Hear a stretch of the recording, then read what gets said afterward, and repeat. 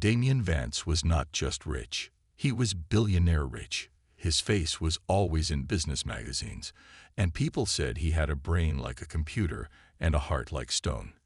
He didn't smile much. He didn't waste time. He built his empire from nothing, starting with a small tech startup, and now he controlled transport, mining, and even mobile networks across parts of Africa. His newest goal was to secure a massive logistics deal in West Africa. The region had great potential, but also many problems. Political fights, weak governments, and sometimes even armed rebels. Still, Damien saw opportunity where others saw danger. To get the deal, Damien had to work with powerful local leaders. The most feared one was Colonel Traoré, a former army officer who now ruled a large area like a king. People respected Traoré, but they also feared him. He kept order, but it was strict and sometimes brutal. During the first meeting, Damien sat across from Traoré in a hot room with no air conditioning. Both men stared at each other in silence for several seconds. Then, a calm voice spoke up. It wasn't Damien or Traoré. It was Malik Kouyaté, one of Traoré's trusted advisors. "Gentlemen, we all want the same thing. Progress. Let's find a way to move forward." Malik didn't look like a fighter. He wore simple clothes, spoke softly, and rarely interrupted. But he was smart, very smart. He explained how the new transport route could help both sides. He talked about jobs, trade, and even peace. Slowly, the meeting warmed up. After that day, Damien started calling Malik directly. They spoke often.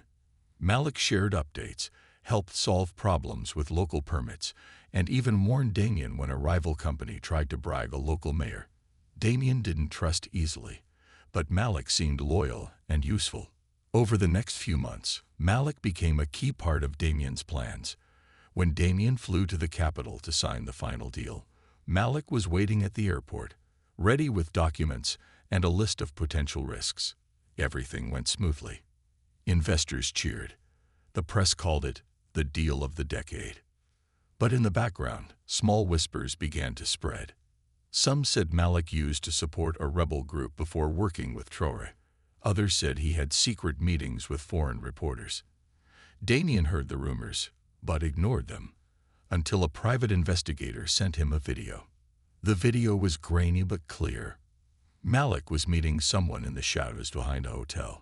The other person was a known journalist who once wrote about illegal business deals in Africa. Damien froze the video and stared at Malik's face. Why would he talk to the press?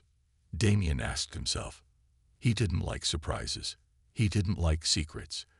And he really didn't like betrayal. By the end of the day, he ordered his team to dig deeper. When more signs of secret messages showed up, Damien made a decision. "Cut him off," he said coldly. "He's working both sides."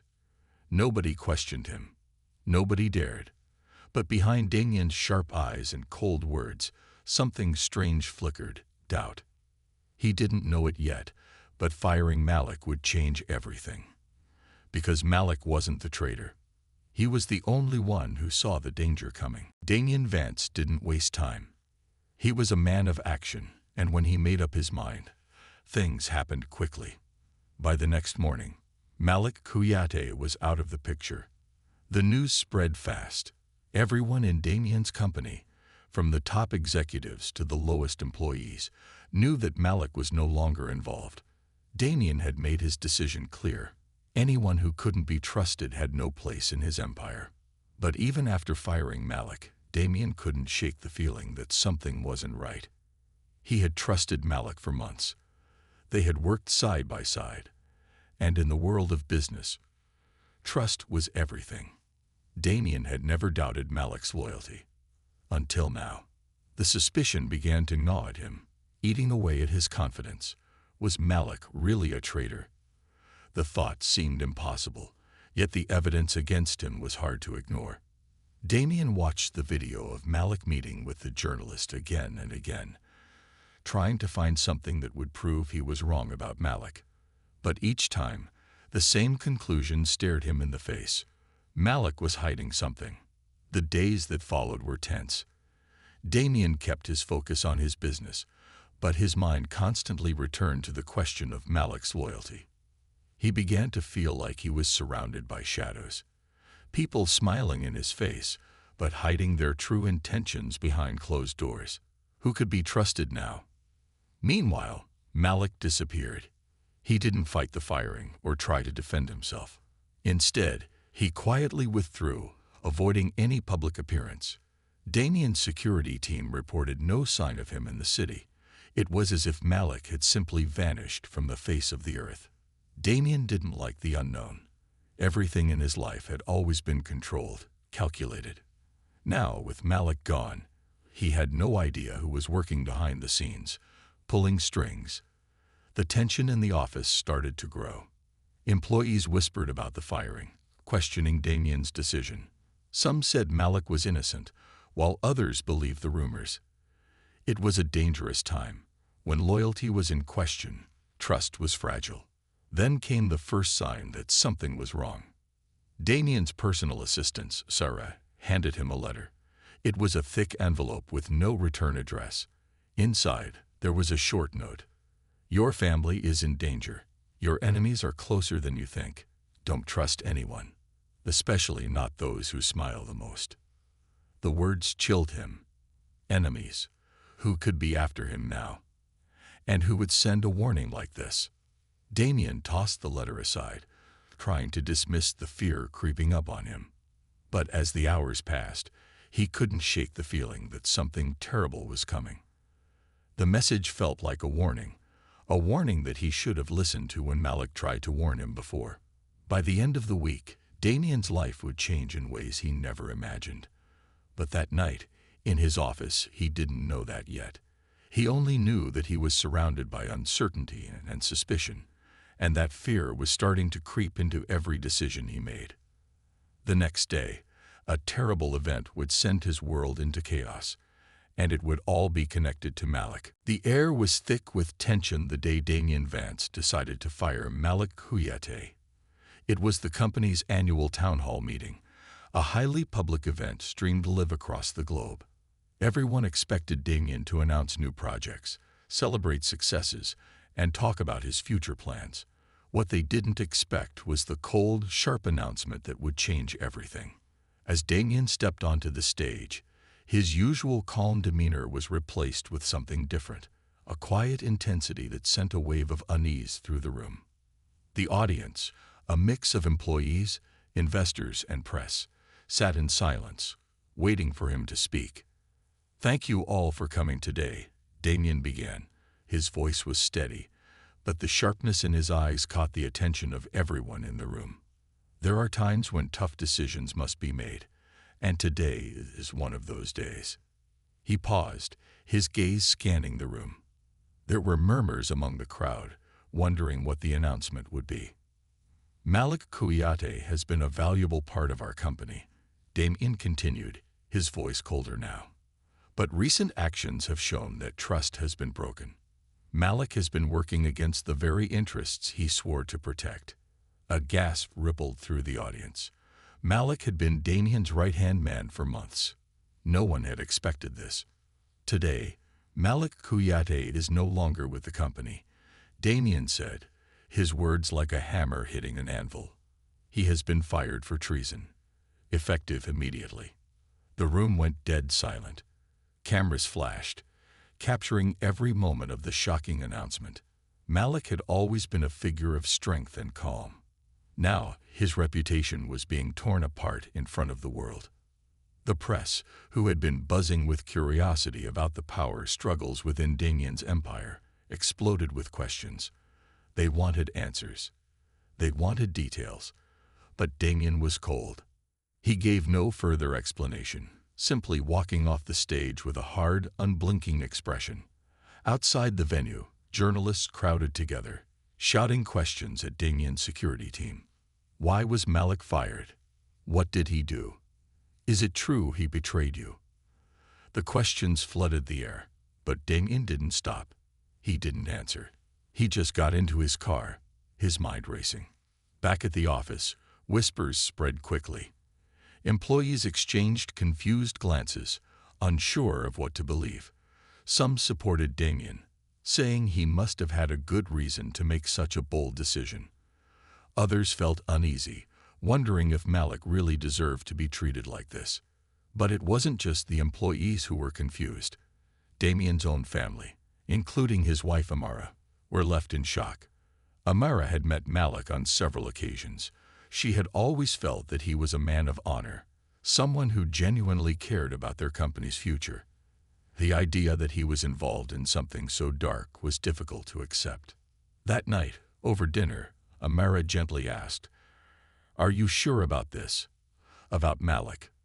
Damien looked at his wife, her eyes full of concern.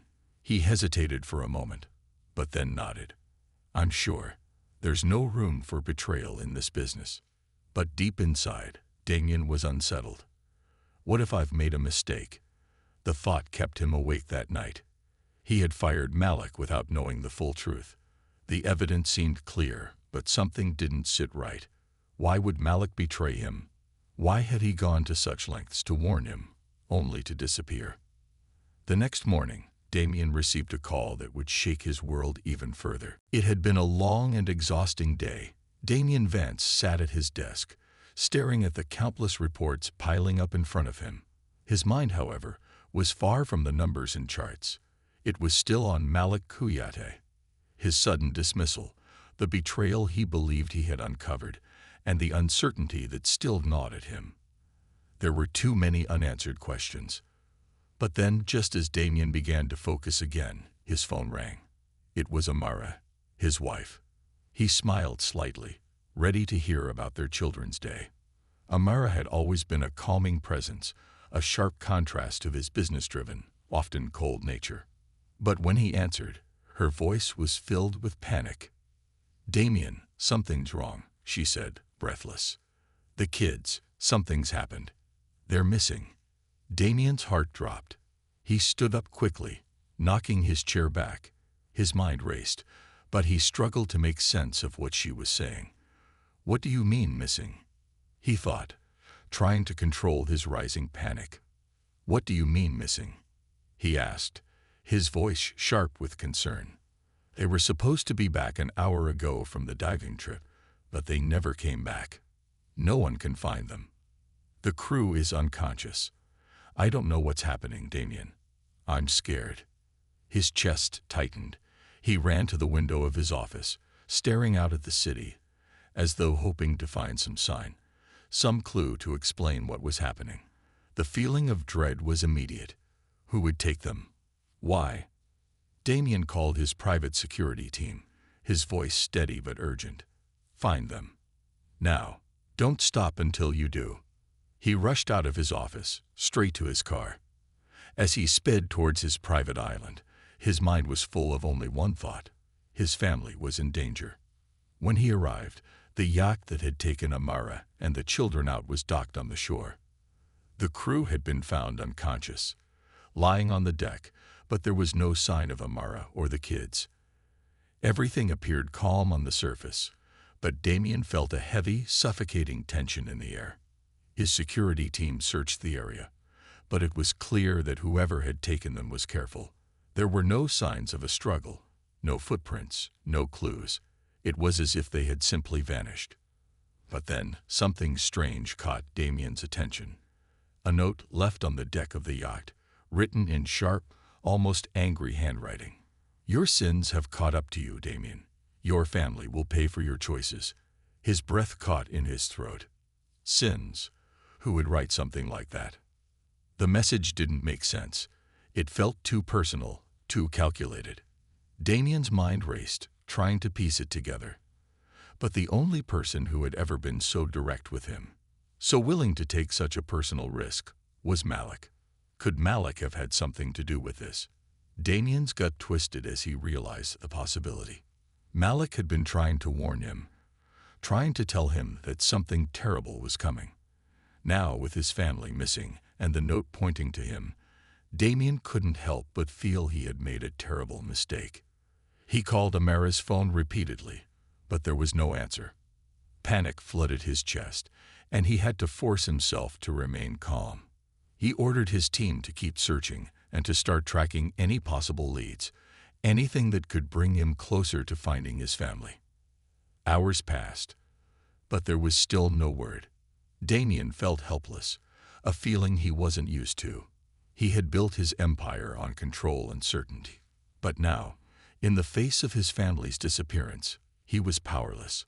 And in the back of his mind, the question he had tried to ignore kept rising. Had Malik saved them, or was he the one who put them in danger? Damien was exhausted, but he couldn't rest. His thoughts raced from one possibility to the next, trying to make sense of what was happening. His wife, Amara, and their 2 children had vanished without a trace. The only clue was the chilling note left behind on the yacht, a message that seemed to accuse him of something he couldn't even understand. He sat at his desk late into the night, his eyes red from lack of sleep. The search was ongoing, but no new leads had come in. He stared at the map on his wall, hoping for some sign of where his family might be. Then, just as he was about to call his team for an update, his phone rang. The number was blocked, but Damien answered anyway. "Damien," a familiar voice said, low and urgent. It was Malik Kouyaté. Damien's heart skipped a beat. He hadn't heard from Malik since the firing, and he wasn't sure what to think. Had Malik been behind the kidnapping, or was he calling to explain himself? "What do you want?" Damien asked, his voice cold and hard. There was no room for kindness in his words, only anger and fear. "First, listen," Malik said. "Your family is safe for now, but you need to hear me out." Damien felt a cold rush of relief, but it was quickly replaced by suspicion. How does he know where they are? "I don't have time for games, Malik. Where are they?" Damien demanded. "I'll tell you, but you need to understand something. This wasn't just some random act of revenge. Your family was taken because someone wants to use them to control you. They know your weakness, Damien, and they're using it against you." Damien's chest tightened. "Someone wants to control me. Who?" His mind raced, trying to figure out who could be behind this, but he couldn't make the pieces fit. "What do you mean? Who's behind this?" Damien asked, trying to stay calm. "It's not just about money, Damien. This is about power. People in your circle, people you trust, have been making deals with the wrong people. You're being played," Malik explained, his voice tense. "I don't trust you, Malik. You're the one who's been hiding things." Damien snapped. "How do I know you're not part of this? I never betrayed you, Damien, and I'm not the one behind your family's disappearance. But if you want them back, you need to stop fighting alone. Trust me, you'll need help." Damien paused, feeling the weight of the moment. He had fired Malik without knowing the truth. He had assumed the worst. Now, hearing Malik's words, he realized that he had misjudged him. Was Malik really trying to protect him? "How do I know you're telling the truth?" Damien asked quietly. "Because I'm the one who got your family out of harm's way. But they're still in danger. And if you don't listen carefully, you might lose them for good." Damien felt the fear creep back into his chest, but now it was mixed with a sense of urgency. Malik had saved them.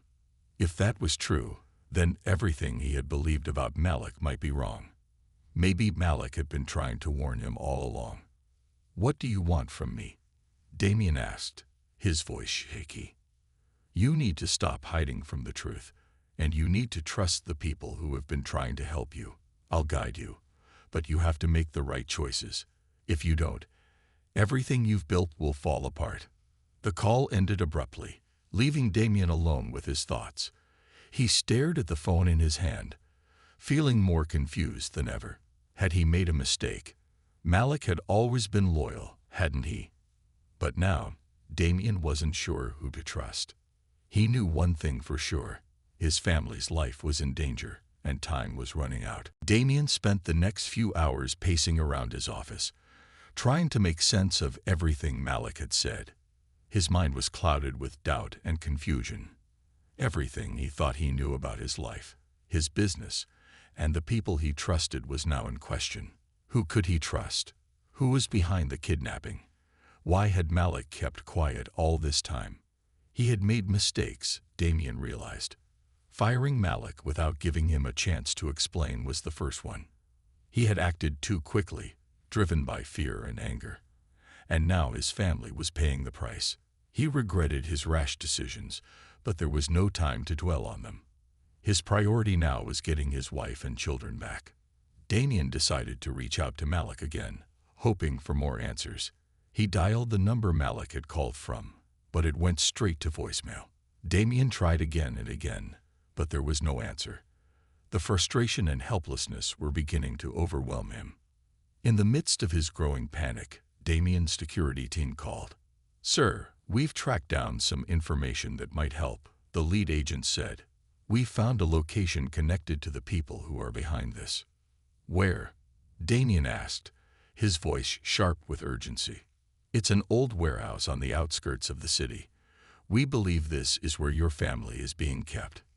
Damien's heart raced. This was it, the moment he could finally get his family back. He instructed his team to gather all the resources they could, and within minutes they were on their way to the warehouse. Damien, however, didn't wait for them to arrive. He had to see for himself. He couldn't risk losing his family again. He drove at full speed, his mind focused only on reaching the warehouse. As he arrived, the quiet, eerie warehouse stood before him. It was dark, and the air felt heavy, like something dangerous was waiting inside. Damien parked his car at the far end of the lot and walked slowly toward the building, his heart pounding in his chest. He had no idea what to expect. Would Malik be there? Were the people behind this waiting to trap him? Or worse, was his family already gone? As Damien entered the warehouse, he saw nothing but shadows. The place was deserted, or so it seemed. The silence made every footstep feel louder than it was. He crept deeper into the building, moving cautiously. Then suddenly, he heard a noise. It was faint at first, but it quickly grew louder. Damien froze. It sounded like someone was talking, muffled voices. He followed the sound until he reached a small, dimly lit room in the back of the warehouse. Peering through a cracked door, Damien saw two figures standing in front of a large cage. Inside the cage were his wife and children, tied up but alive. His heart skipped a beat with relief. They were here. They were safe, for now. He couldn't let them see him yet. If the kidnappers spotted him, everything could go wrong. Damien slowly backed away, his mind racing. He needed a plan. He had to act quickly, but quietly. As he turned to leave, he heard a voice behind him. "You shouldn't be here, Damien." Damien spun around, his eyes narrowing. Standing in front of him was Malik Kouyaté. "Malik," Damien whispered, shock and relief flooding his chest. You saved them." Malik nodded, but his face was serious. "I did, but this isn't over yet. The people behind this, they're much more dangerous than you realize." Damien felt a chill run down his spine. Who were these people? And why had Malik been hiding the truth for so long?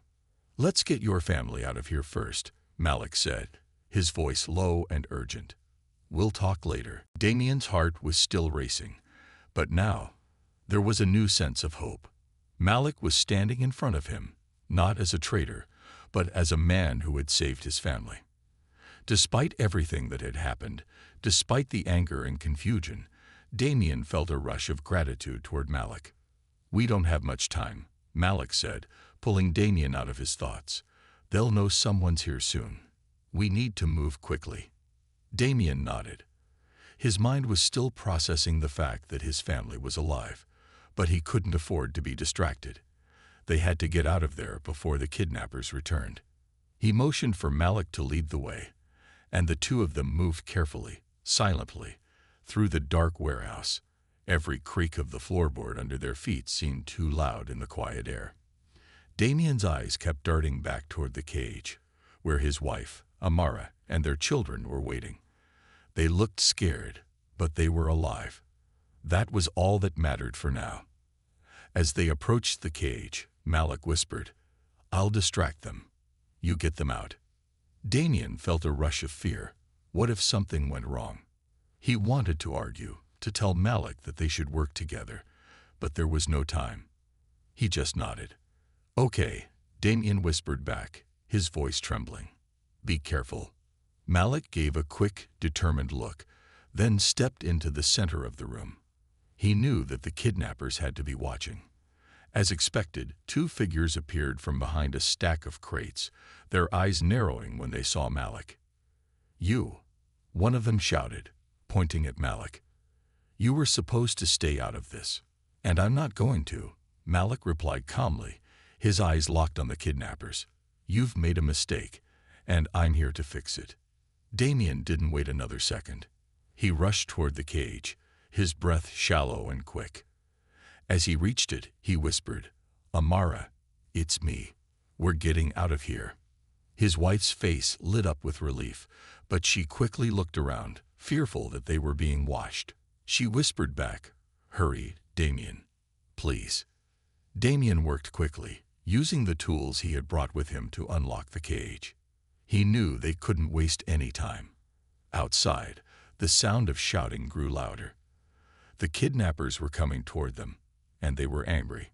Finally, with a quiet click, the lock came off, and the door to the cage swung open. Amara stood up, her legs shaky from being confined for so long. Their children, too, seemed weak but relieved. They were free. "Let's go," Damien urged, grabbing Amara's hand. "We need to move fast." They ran, sticking close to the walls of the warehouse, trying to stay out of sight. Damien glanced behind him, and for a moment, he thought he saw movement. The kidnappers were coming. They were closing in. "We have to hurry," Malik said, appearing at Damien's side. "They're not far behind." The group reached the exit, but just as they stepped outside, a loud gunshot rang out. Damien's heart stopped. The sound echoed in the air, but no one was hit. It was just a warning shot. They kept running toward the cars parked a few yards away. Damien's security team had been waiting, ready for the escape, and they quickly ushered the family into one of the cars. "Go, go, go," Malik shouted to the driver. The car sped off, the warehouse growing smaller in the rearview mirror. Damien breathed a sigh of relief, but the danger wasn't over yet. The people who had kidnapped his family were still out there, and they weren't going to give up easily. "We're not safe yet," Malik said, his voice grim. "This is just the beginning. The people behind this have more power than you can imagine." Damien looked at Malik, who had saved his family. For the first time in days, he felt hope. But he also knew the fight wasn't over. And it was a fight he couldn't face alone. The car sped through the streets, its engine roaring as they made their way to a safe house that Damien had set up years ago, in case of emergencies. It was hidden, away from the public eye, and it offered a place where they could regroup and plan their next move. But even as they drove, Damien couldn't shake the feeling that they weren't safe yet. He kept looking over his shoulder, expecting to see the headlights of the kidnappers' cars chasing them. Amara held their children close, whispering comforting words to them, but her face was pale with fear. Damien could see the exhaustion in her eyes, the worry, and the uncertainty. They had been through so much already, and he hated that it had come to this. As they arrived at the safe house, Malik was the first to jump out of the car. He had been quiet since they left the warehouse, his face set in a hard expression, but Damien knew that something was weighing on him. "We're safe for now," Malik said as he opened the door to the safe house. "But you need to understand something. This isn't over. Not by a long shot." Damien followed Malik inside, his mind racing. He had so many questions, but he knew now wasn't the time to ask. First, they needed to get settled, make sure the family was safe, and then they could figure out who was behind the attack. Inside the safe house, Damien helped Amara and the kids settle in. He made sure they were comfortable, even though he knew the fear still lingered. It was hard to ignore, harder still to try and pretend everything would be fine. Nothing felt fine. After a few minutes, Damien turned to Malik, who was staring at the door, his face tense. Malik, what's going on? Who's behind this?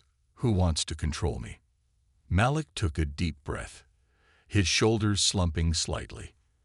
I've been telling you the truth, Damien. The people behind this, they're powerful. They've been working in the shadows for years. They're connected to your company in ways you don't even know. Damien felt a cold shiver run down his spine. His company. He had always been careful, always worked hard to make sure everything was in order. How could someone from inside his world be doing this? They're not just after money, Damien, Malik continued. They want power. And your family, your position, they're the key to it all. Damien's mind raced. Who could possibly want that much power? He had always been careful about who he trusted, but now it seemed that his world was full of enemies he hadn't even seen coming. Why didn't you tell me earlier? Damien asked, feeling the weight of the question. Why didn't you warn me? Malik looked away, guilt flashing across his face. I wanted to, Damien, but I couldn't. I had to play it safe. There are people watching me too. People who are even more dangerous than the ones who took your family. I couldn't risk it. Damien felt a mix of anger and frustration building inside him. Why hadn't Malik trusted him? But he also understood. If there was one thing Damien knew, it was how dangerous people could be when they wanted something. And if Malik had been playing both sides to protect himself, he couldn't fault him for that. So what now? Damien asked, his voice quieter now. Now, Malik said, his eyes narrowing, we fight back. But we have to be smart. We can't go in guns blazing. We need to find out who's pulling the strings and take them down before they take us all down. Damien nodded, the weight of the situation settling in. The fight ahead would be long and dangerous, but one thing was certain, he wasn't going to lose his family again. I'm with you, Damien said, his voice firm. Let's end this.